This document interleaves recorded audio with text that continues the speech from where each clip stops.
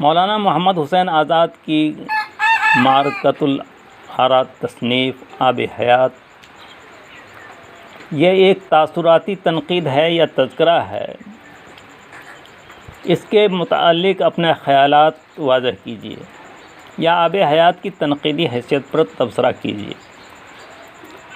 تو آئیے چلتے ہیں ہم آب حیات کی حیثیت پر بحث کریں۔ آب حیات کی حیثیت تاریخی نوعیت کی تاثراتی تنقید کی ہے۔ اس کی ابتدا اردو زبان کے نشو و نما کی تاریخ سے ہوتی ہے اور پھر اردو شاعری کے مختلف ادوار کا تذکرہ ترتیب وار بیان کیا گیا ہے۔ شاعری کے متعلق مولانا محمد حسین آزاد کا بیان بعض پہلو سے تنقید کا نشانہ بنتا ہے۔ شعر کی تعریف فرماتے ہوئے وہ لکھتے ہیں کہ یونانی فلسفیوں کے نزدیک شعر خیالی باتیں ہیں جن کا واقعیت اور اصلیت سے تعلق نہیں ہے۔ قدرتی موجودات یا اس کے واقعات کو دیکھ کر جو خیالات شاعر کے دل میں پیدا ہوتے ہیں وہ اپنے مطلب کو موقعوں پر موزوں کر دیتا ہے کہ اس خیال کو سچ کی پابندی نہیں ہوتی۔ یہ بیان ارسطو کے کیتھیرسٹ نظریہ کے مطابق درست نہیں ہے۔ ارسطو کے نزدیک شعر و ادب کا تعلق واقفیت سے ہونا لازمی جزو ہے۔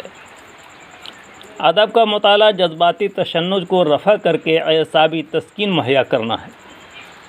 ایسا محسوس ہوتا ہے کہ مولانا یونانی فلسفیوں کے متعلق معلومات قابل اعتبار و ذرائع سے حاصل نہیں فرمائی تھی۔ مذکورہ بیان میں شعر کا تعلق واقفیت اور اصلیت کے خارج قرار دینا اور پھر قدرتی موجودات اور اس کے واقعات کو دیکھ کر اس کے تاثر کو شعر کا جامہ پہنانا، یہ باتیں غیر واضح ہیں اور عجب بھی ہیں۔ اس لیے مولانا آزاد نقاد کے صنف میں کھڑے ہو کر تنقید کرتے نظر نہیں آتے بلکہ شعراء کرام کی مدح اور ستائش بیان فرماتے نظر آتے ہیں۔ ان باتوں میں جو چیز خصوصیت کی حامل نظر آتی ہیں وہ چند تاثراتی جملے ہیں۔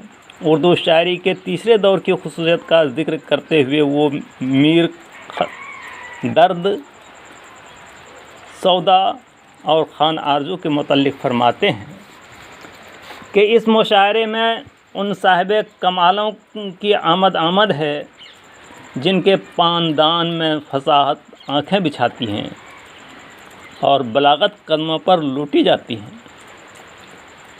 جب یہ باکمال چمن کلام میں آئے تو اپنے بزرگوں کی چمن بندی کی سیر کی فصاحت کے پھول کو دیکھا، بڑوں سے بڑھ کر قدم مارنے لگے۔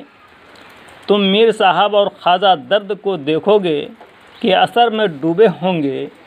سودا کا کلام باوجود بلندی مضمون اور چستی بندش کے تاثیر کا طلسم ہوگا۔ مگر تذکرہ نویس کی حیثیت سے بھی مولانا آزاد اچھے برے شاعر میں تمیز کرتے نظر نہیں آتے ہیں بلکہ تدریجی ترقی کو اجاگر کرتے ہیں۔ ادب کے خارجی پہلو کی طرف ان کی نظر تو ضرور ہے لیکن داخلی پہلو کو جھانکنے کی زحمت نہیں فرمائی ہے۔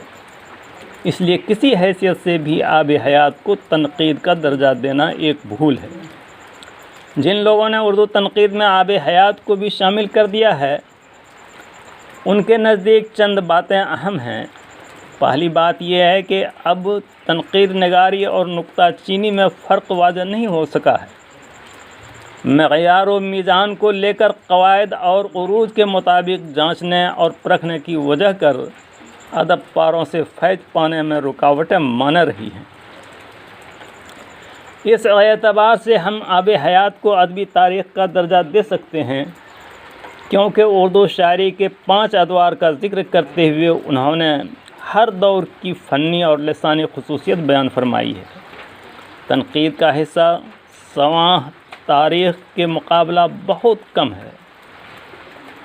اس لیے کہنا درست ہوگا کہ مولانا محمد حسین آزاد نے اس کتاب کو تنقید کی حیثیت سے سنوارنے کی کوشش نہیں فرمائی ہے کہ صرف تذکرہ نویسی کی حد تک محدود رہے ہیں۔ اس لیے آب حیات ایک تذکرہ اور ادبی تاریخ ہے۔